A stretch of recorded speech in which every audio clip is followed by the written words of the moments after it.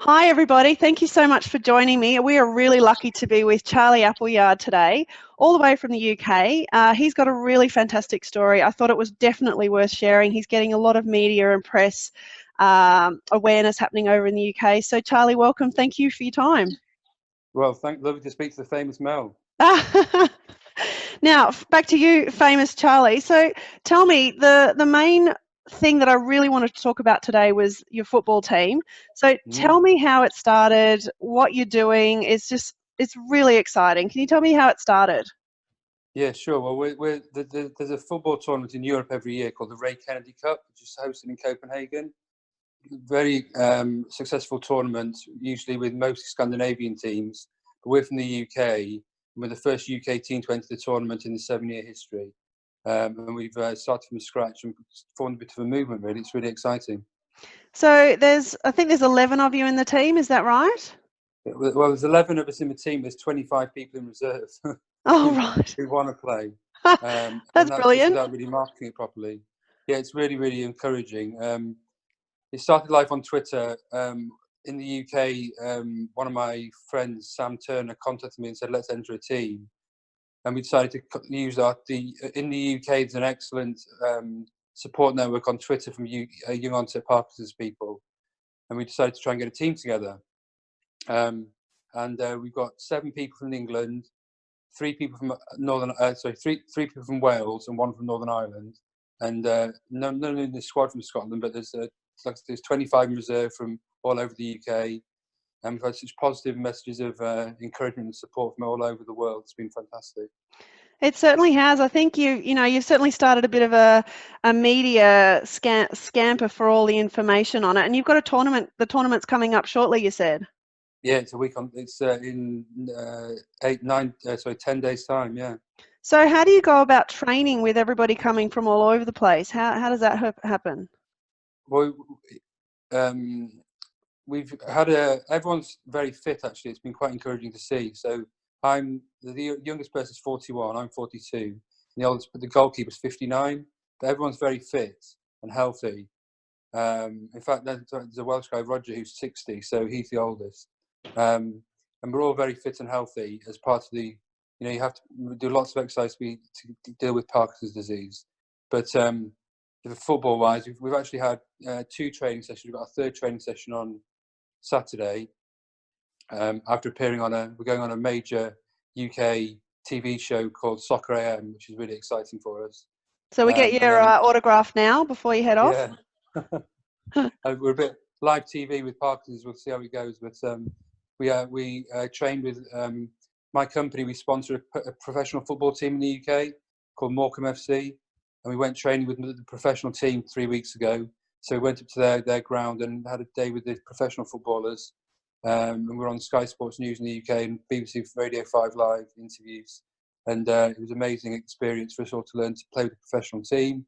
We had a practice match up in the Midlands of the UK, a place called Leicester, where we had trained as a team with, a veterans team. But I think they thought we were going to be some average team of decrepit Parkinson's people, but we actually played really well. They were really surprised. The games in the tournament are 12-minute matches. Mm-hmm. So in the practice session, we played 4 matches, won the first one, lost the second one, and drew the 3rd and 4th. So we did pretty well. And we're just keeping fit and healthy on our own. Lots of people do. We met a lot of us met through the PD Warrior program. And everyone does. Lots of people do running, cycling. Most people still play football. Just trying to get this 2.5 hours of exercise a week in to make sure we slow the progression of the disease. And who's on the selection panel? How do you choose the team if you've got 25 in reserve? Well, for this is just the start of the football movement, I must say. There is a tournament in 10, 11 days' time, but this is just the start of it. There's been such an uptake. As part of my promotion of it, I'm going to be making sure it goes. We're going to be a UK-based tournament next year, so everyone who wants to be involved can be involved. Try and grow the message. I'm going to be taking it to America next year as well. We've got a match coming up in Los Angeles in April next year. I'm going to try and promote it in America. And obviously Australia, if you want to. The Socceroos are more than welcome.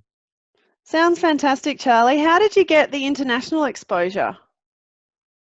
With my job, I do a lot of international networking and promotion, and it's quite good at building relationships in the business world. And I've got in contact with a number of different people who help us promote the message. It's been really encouraging. From commercial companies, media companies, but also the general Parkinson's population as well, been fantastic. And when you're playing soccer, I'm assuming you've played soccer your whole life. How do you feel when you're playing soccer? Are you noticing that things are improving as you continue with your training sessions and the intensity? Yeah, I feel great with it when I play football because you're not. I play a lot of golf as well. It's the same thing. you aren't when you've got Parkinson's. You're always wary of things around you. You're concentrating on where things are or where you think things are on the floor. Or you worry about your balance. You're worrying about your, whether you can move. And I think with football and golf, we're talking about football here. You forget about the Parkinson's and concentrate on the ball, concentrate on the match. I'm a very competitive person and I want to win. So when I'm concentrating on the ball and where my players are and trying to pass and move and shoot, you're not thinking about the ball. So unconsciously, you do lots of high intensity exercise without even knowing it. It's really, really liberating. Yeah. Actually, when I play football, people don't know I've got Parkinson's, but when I've finished playing the match and limping around, people think, "What's wrong with him?" Yeah, that's fantastic. Did you think when you were first diagnosed with Parkinson's that this is where you'd be? I don't know. You must see me all the time. I've got no experience of it previously, obviously, and I didn't know what to expect. But I'm a very positive person and always look on the bright side and try and make the most of things. My rules in life are work hard, try your best, and never give up. And sport's obviously really important for that. But I can't say I'm further along. But I think a doctor said to me I had 3 years of competitive golf left in me 3.5 years ago, and I've won 2 tournaments this year, living on borrowed time, and I'm in the semi-final of the club summer tournament today. 6 months into when I should be able to play. So golf-wise, I'm much further ahead. Football-wise, I think I didn't actually think I'd be able to play 5-a-side, 6-a-side football anymore, to be honest. But keeping going, and I definitely didn't think I'd be an international football captain. And I definitely didn't think I'd be playing an international tournament in 3 years in. But some of the guys have been a lot further into me, and they're still playing. Some of the guys, Richie's, I think he's had symptoms for 15 years, and he's our star goalie. That's fantastic. I mean, to be an international football star, it's brilliant. I mean, a lot of people often say to me that having Parkinson's has been one of the best things that's happened to them, and I'm certainly not suggesting that that's the case here, but it's probably opened doors that you might not have explored before, I guess. Is that something that ever crosses your mind? Yeah, it does. I mean, I think it's made me a better person in a lot of ways. I mean, I run a business, and I don't stress out my business as much as I used to, which is great. I live life to the max. I'm doing a lot of good work with Cure Parkinson's Trust. I'm a Cure Parkinson's Trust ambassador in the UK. I am obviously I've helped out a lot of people here with the fundraising, but also with the sponsorship and changing people's lives through sport. It's really, really encouraging, and doing good in other ways that I wouldn't have done normally. But definitely met some wonderful people along the way, including yourself, Mel. It's doing good but having fun at the same time is really, really important. Yeah, and you've obviously got a bigger message with the football tournament. You are trying to raise awareness around Parkinson's to raise funds as well for the Cure Parkinson's Trust.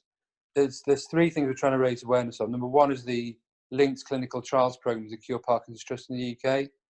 I think Australia have benefited from it as well. A lot of the trials for CPT have happened in Australia. What Cure Parkinson's Trust is trying to do, they're the only charity in the UK who are solely focused on finding a cure to slow, stop or reverse Parkinson's. And they're repurposing drugs already on the market to aid Parkinson's. They've analysed 4,000 drugs. They've narrowed it down to 17, down to 3.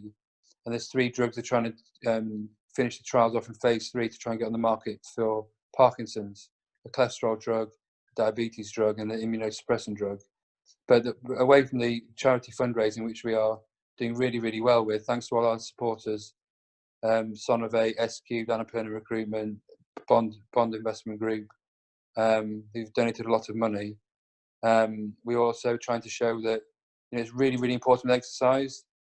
One of the guys was really apathetic and couldn't really get out of bed, and now he's jumping around a football pitch.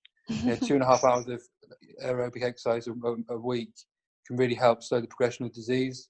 And PD Warrior goes really well with football as well. And the third message we're trying to get across is that, there's in the UK there's 145,000 people with Parkinson's, but I reckon there must be a lot more, because people just don't know they've got it. I didn't know at the time, obviously. I was very shocked to find out I had Parkinson's, but I was looking back, and I was probably showing symptoms 2 years before. But some of the team were showing symptoms 15 years before. We're trying to, through our media, which you can find out on our social media channel, Twitter at UK YOPD. We're going to be doing some videos where we're going to show the symptoms that people have. There's over 40 symptoms of the disease, and you don't know you've got it. Clinicians don't really diagnose Parkinson's as the first port of call, so people become quite weak and undiagnosed, and you need to be strong and healthy to fight the disease.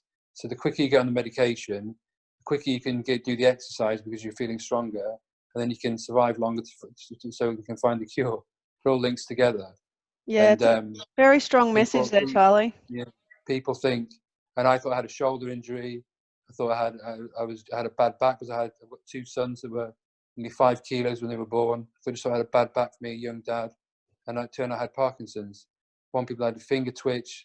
One person, the list goes on. It was really, really important to see. So for every 10 people that are diagnosed in the UK, there's probably 1 or 2 aren't. And they need to look at this media, look at the coverage, listen to our story.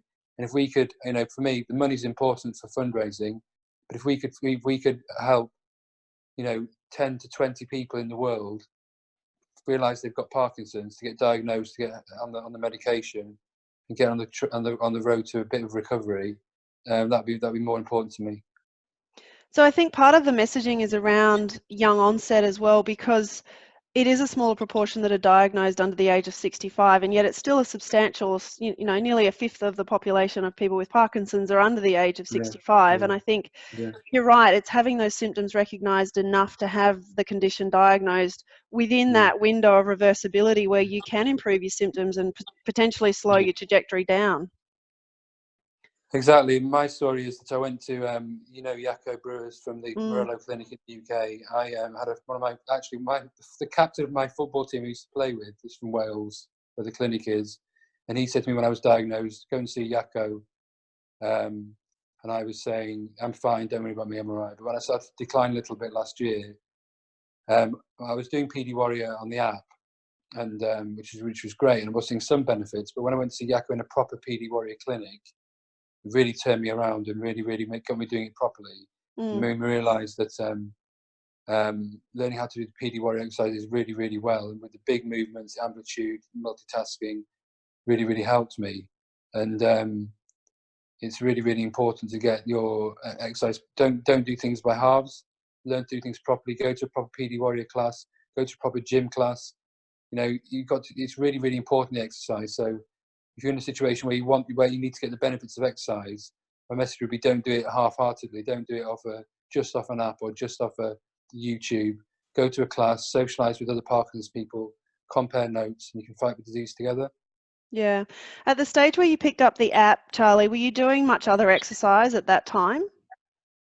I was, but I was a lot weaker, and I found that the difference was I went to the Murillo Clinic and saw a bunch of 65, 70-year-olds legging around the gym, doing all the exercise really well, and I could hardly stand up. And Jaco was having to hold me up, and I was like, got to sort this out. And one of the big things that came to me was the high intensity, big movements, intervals. Boxing's really helped me. The boxing's been fantastic, just making sure you do. I said it wasn't just a PD Warrior, by the way. This guy's a neurological physiotherapist, and I'm saying was doing lots of cycling, but I was doing sort of 40 minutes to an hour of medium intensity stuff when it's actually, no, you need to do 20 seconds on, 20 seconds on, as fast as you can, between 80 and 100% intensity. And that's what I wasn't doing. That's what saw the benefits. Yeah. So I think, people are a bit scared to do exercise sometimes and go in front of a class. And I was, I felt quite nervous and embarrassed being a 40-year-old allegedly strong person, and I was being pretty much embarrassed by a bunch of pretty advanced Parkinson's people who had the technique right. And it really woke me up to the fact that if you're going to do something properly, you're going to do something well, do something properly, and get involved with classes and instructors where you can, and go and have a support network. And learn how to get the intensity right. Exactly. My motto is intensity is not negotiable, and intensity can be duration, it can be cardiovascular, motor output, it can be a lot of different things, but it has to be intensive to generate the neuroplastic changes, neurorestoration that we see from the program. Exactly, and that's why, linking back to football, that's why football is good, because you get to the intensity without realising it. Yeah. It's unconscious intensity, I would say, where if there's a ball there and you've got to get to try and score a goal, you're going to do it regardless of whether you've got Parkinson's or not, and that really helps. Yeah, and it's the fun factor. I mean, that's what keeps you going back as well, apart from the competitive nature. It's the fun, and I think certainly in rehab anyway, for the longest time we'd forgotten about the fun factor, and putting that back into a rehab program has been so fantastic for me and all the clinicians that get involved, and hopefully everybody else. It's a way of engaging and motivating you, getting more out of you. Yeah, I think we've only met each other, the team, physically for the third time this week. We were like a family already. We were really supportive of each other. We're great friends, really supportive. Sometimes at the match, at the matches, everyone's got different symptoms. So, for example, my main symptom is my balance isn't great, and I don't know if I've fallen over. I tumble backwards a little bit. Yeah, you must have seen that before, but I'm the only one who tumbles backwards. Mm-hmm. We're warming up. I'm pretty unsteady on my feet. Then some people got dyskinesia, some people shaking. I've got no tremor at all. Some people, really gets really tired quickly. Some people everyone's got different problems. We're like if you added all our symptoms together, we've probably got them all covered. So we all help each other. We all help each other get getting your shirts sorted, getting your socks on. It's quite funny. Oh, what a great team! I think you sound amazing. Yeah. Now, do you reckon that your PD Warriors helped your golf game? Has it improved your handicap at all? Can I put that as a feather in our cap? Well, I came to I'm not giving it all to you, so a lot of it's down to me. But when I went to Yakko last year, my handicap was 23, and now it's 16.7 now. It's gone down 6 shots. I've won 3 tournaments. I'm in the semi-final today, so hopefully it's a tough game. I'm not sure I'm going to win, but I try my best. But then I'll be in the club finals day. And I played. Last week I won a tournament, a mixed doubles tournament, and I had the best round I've ever had in 30 years. 77 shots. Wow. So Charlie, 2020, what is that? What is Charlie Appleyard not going to be able to achieve in 2020? It is all looking pretty good. Well, in 2020, regarding the football and regarding Parkinson's charities, I want to take first of all, I want to hold a UK tournament, which countries from all over the world are invited to. By the way, it doesn't have to be just UK. We're going to hold a tournament in the UK. There's so much clamour for it. All the Ray Kennedy teams are also invited, and I'm going to be taking the game over to America. We're going to try and have a collaboration with the Michael J. Fox Foundation to try and get a championship going over there. Got a contact who's in California who's trying to put the ball rolling at the moment. So trying to get really promote the benefits of exercise in football, or soccer as they call it over there, and you guys do as well, obviously, and really grow the game. But it's only so many hours in a day. I've got to run a business. I've got 2 kids. Trying to be a golf champion. I'm supporting my hometown football club. So I'm surprised I've got enough time in the day, to be honest. Oh, it's the busy people, isn't it? It's the busy people that achieve. Yeah, I feel sorry for my wife. Yeah. But, she's great. Well, I think, having a supportive wife obviously enables you to do everything that you're doing at the moment. Mm-hmm.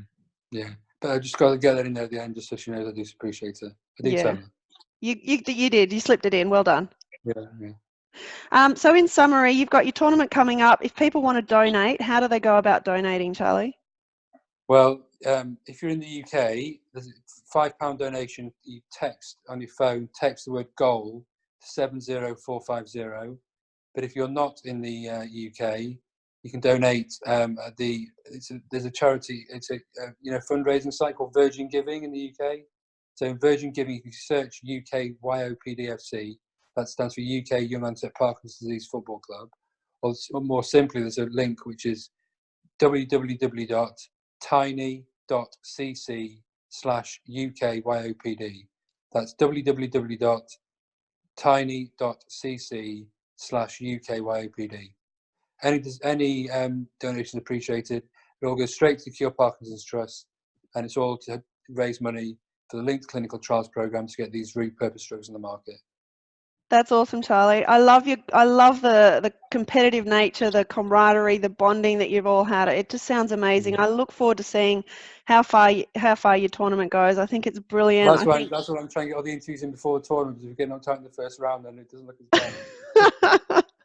No, we're going to try our best. We're hoping that there's a big football match which we're going to which is scheduled on the 7th of September, the week after. So if we win, we're allowed to parade the trophy on the pitch in front of all the football fans. But that's my motivation to do that. But hopefully we won't disgrace ourselves. We'll try our best, and I'll let you know how we get on.